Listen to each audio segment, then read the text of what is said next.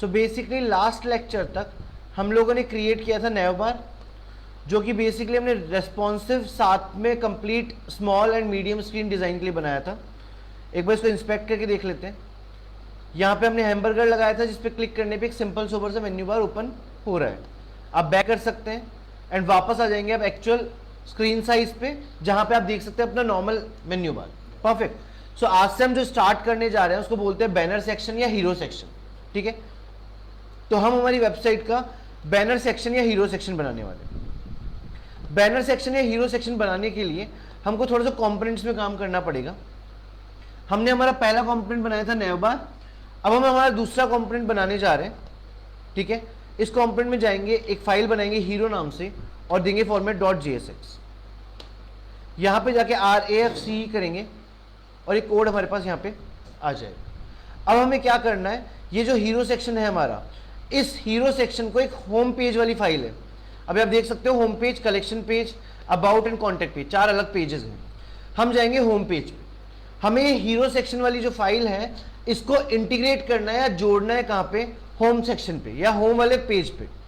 हम आते हैं होम पेज के ऊपर, यहां से हम होम हटा देते हैं और बेसिकली हम लोग क्या कर लेंगे, यहां पे इंटीग्रेट कर देंगे इसके अंदर हीरो सेक्शन। तो यहां लिखेंगे हीरो और ये ऑटोमेटिकली इंपोर्ट हो जाएगा एंड सेव कर देंगे। सेव करने के बाद आप देख सकते हो जहां पे पहले होम लिखा आ रहा था अब वहां पे हीरो लिखा आ रहा है।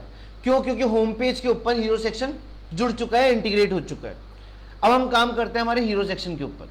सो हीरो सेक्शन पे काम करने के लिए हम लोग बेसिकली कहाँ जाएंगे, हमारे जाएंगे हीरो JSX। यहां से हीरो हटा देंगे और यहां पे जाएंगे और क्लास नेम लगा लेंगे फटाफट। तो हम यहाँ पे सबसे पहले देंगे फ्लेक्स, जो कि डिस्प्ले फ्लेक्स के लिए काम कर रहा है। फिर फ्लेक्स डायरेक्शन देंगे हम कॉलम। उसके बाद स्मॉल स्क्रीन साइज के लिए हम लोग फ्लेक्स डायरेक्शन देंगे रो। उसके बाद हम लगा देंगे यहाँ पे बॉर्डर, फिर हम लगा देंगे बॉर्डर और उसका कलर देंगे ग्रे और उसका वेट दे देंगे 400। ठीक है, सेव करेंगे, नेक्स्ट स्टेप पे आएंगे। नेक्स्ट स्टेप पे आने के बाद मैं मेरे हीरो सेक्शन में 2 पार्ट बना रहा हूं, एक लेफ्ट साइड का पार्ट होगा, एक राइट साइड का पार्ट होगा। तो हम यहाँ पे एक कॉमेंट डाल देते हैं हीरो लेफ्ट साइड करके और यहां पे आते हैं और एक और डिव डाल लेते हैं और इस डिव के अंदर भी क्लास लगाते हैं, जो कि मैं क्लास दूंगा, एक सेकेंड,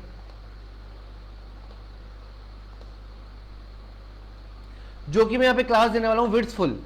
पहले पूरे हीरो सेक्शन की विड्थ देंगे, वो की विड्थफुल हो गई। स्मॉल स्क्रीन पे इसकी जो विड्थ रहनी चाहिए वो हम चेंज करके कर देते हैं हाफ में, तो इसकी विड्थ कर देते हैं हाफ। उसके बाद हम लगाते हैं यहाँ पे फ्लेक्स, फिर हम लगाते हैं आइटम्स सेंटर, अलाइंग आइटम सेंटर के लिए, जस्टिफाई कंटेंट सेंटर। फिर हम यहाँ देते हैं पैडिंग ऑफ y, 10 की पैडिंग दे देते हैं और स्मॉल स्क्रीन के ऊपर पैडिंग कर देते हैं 0, जिससे जब छोटी स्क्रीन साइज हो तो उतनी पैडिंग ना दिखे। अब हम इस डिव को ओपन कर लेंगे और इस डिव के अंदर जाके वापस से एक और डिव बनाएंगे। यहां पे हम जाते हैं और एक और डिव बनाते हैं, इसको थोड़ा सा हम यहां पे अंदर ले जाते हैं, ओपन करते हैं और यहां पे डालते हैं वापस से एक क्लास नेम। ठीक है, क्लास नेम लगा के यहां पे एक टेक्स्ट का कलर दे रहे हैं, जो कि है #414141 और इस ब्रैकेट को यहां पे क्लोज कर देंगे। तो ये हमने टेक्स्ट कलर दे दिया। उसके बाद यहां पे अंदर आएंगे, एक और डिव बनाएंगे जिसकी क्लास नेम में हम डालेंगे फ्लेक्स आइटम्स सेंटर। डिजाइनिंग मैं इस तरीके से कर रहा हूं, आप लोगों का खुद का तरीका हो सकता है डिजाइनिंग का, आप लोग जिस तरीके से चाहें उस तरीके से डिजाइनिंग कर सकते हैं। गैप 2 के बाद हम यहाँ पे एक पैराग्राफ लगाएंगे, क्योंकि मेरे को एक लाइन बनानी है, एक लाइन से क्रिएट करनी है उस लाइन के लिए। तो मैं यहाँ पे जाऊंगा और क्लास दे दूंगा इसकी, मैं इसकी विड्थ रख रहा हूँ 8 पिक्सल्स की। उसके बाद मीडियम स्क्रीन पे जाते हैं और इसकी विड्थ कर देते हैं हम लोग 11 पिक्सल की। हाइट ले लेते हैं हम लोग और हाइट में इसकी ले लेता हूँ 2 पिक्सल की। उसके बाद इसका एक बैकग्राउंड कलर दे देते हैं, जो कि मैं दे रहा हूँ सेम #414141। ये थोड़ा सा लाइट ब्लैक कलर है। सेव करते हैं इसको और हम यहां पे आते हैं एक बार।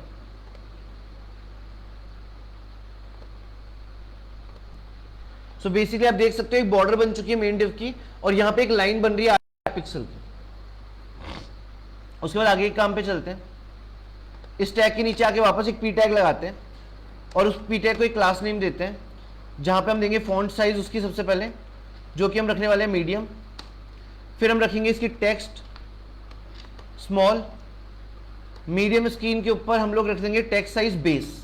बेस टेक्स्ट साइज का मतलब होता है जो पूरी वेबसाइट की बेस फॉन्ट है 16 पिक्सल, उतनी बेस साइज ले लेगा वो ऑटोमेटिकली। और यहां पे हम लोग लिख लेते हैं एक वर्ड जो कि है आर बेस्ट सेलर्स, ऐसे करके। और वेबसाइट चेक करते हैं, यहां आर बहुत बेस्ट सेलर आ रहा है, उसके आगे एक लाइन बनी आ रही है। वापस आते हैं कोड पे, और ये जो हमारा डिव है ये वाला, जिसके अंदर हमने टेक्स्ट लिखा है आर बेस्ट सेलर, इसके जस्ट बाद आएंगे नीचे और यहां पे आके हम लगा देंगे एक h1 टैग। h1 टैग को भी कुछ CSS हम लोग दे देंगे। पहले क्लास नेम टेक्स्ट देते हैं, इसकी साइज रख रहा हूं 3XL, ठीक है। उसके बाद स्मॉल स्क्रीन पे इसकी पैडिंग मैनेज करते हैं, जो कि होगी पैडिंग 3।